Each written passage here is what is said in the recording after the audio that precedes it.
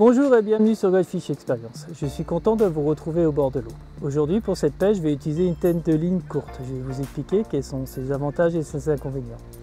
Là mon montage est prêt sur ma bobine qui va me servir à faire la tête de ligne.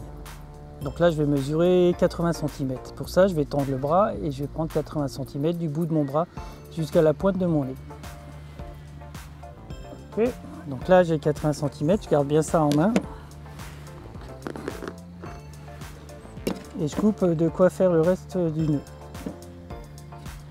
Là j'ai mon corps de ligne, donc j'ai ma tresse sur laquelle il y a une grande boucle.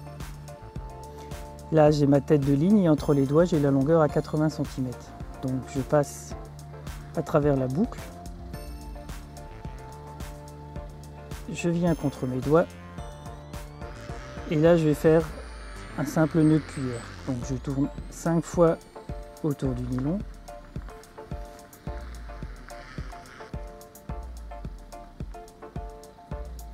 Je passe dans la boucle et je repasse à travers tout ça et je viens serrer donc le nylon contre la tresse en humidifiant pour que le nœud glisse bien. On serre un grand coup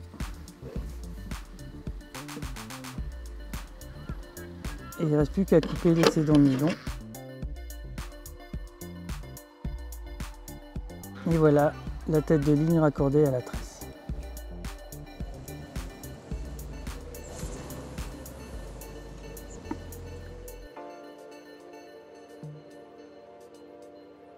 Ce matin avant de partir, j'ai mouillé 500 g d'amorce.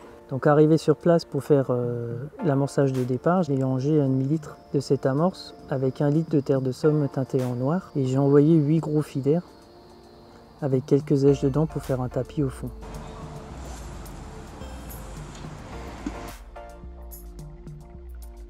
Ensuite, le reste d'amorce que j'avais, je l'ai mélangé à raison de 2 tiers d'amorce et 1 tiers de mainline expander. C'est une amorce qui fonctionne bien sur les pêches de plaquettes, pêche que je m'attends à faire aujourd'hui.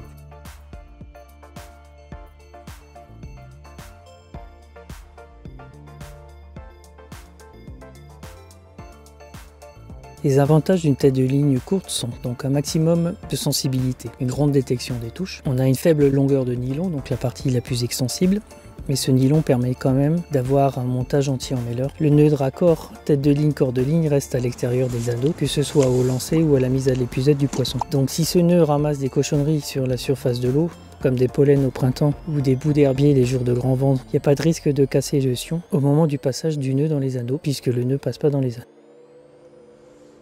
Au moment du lancer, le nœud de raccord ne vient pas frotter dans les anneaux et freiner la ligne, donc on lance plus loin. En utilisant une tête de ligne courte, on peut utiliser des cannes qui sont un peu plus raides et qui ne proposent pas forcément des sions très sensibles. Les jours venteux où on ne peut pas utiliser une canne avec un sion très fin, ça nous permet quand même d'avoir une bonne détection des touches quand il y a du vent et des vagues.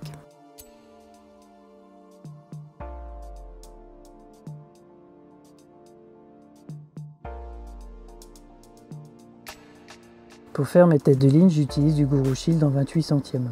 Le Guru Shield Shock Leader est un nylon spécial tête de ligne et arraché.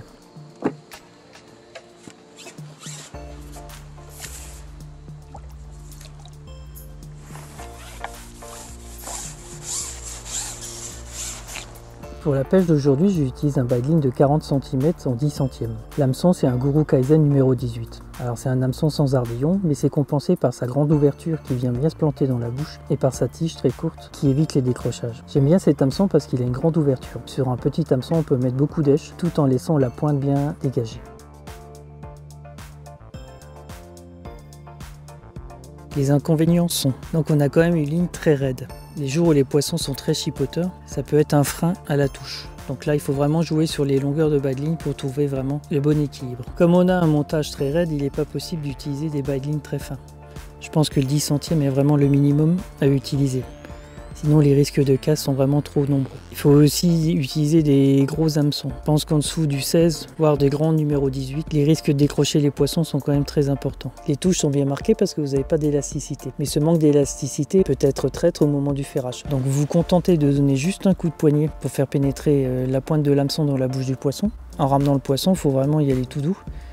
Ce manque d'élasticité peut très vite engendrer une casse ou un décrochage.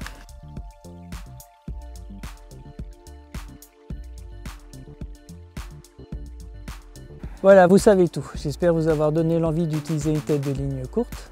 Comme d'habitude, si vous avez des questions, vous pouvez faire par biais des commentaires ou en me laissant un mail. Allez, tchuss, à bientôt pour une nouvelle vidéo sur Goldfish Experience.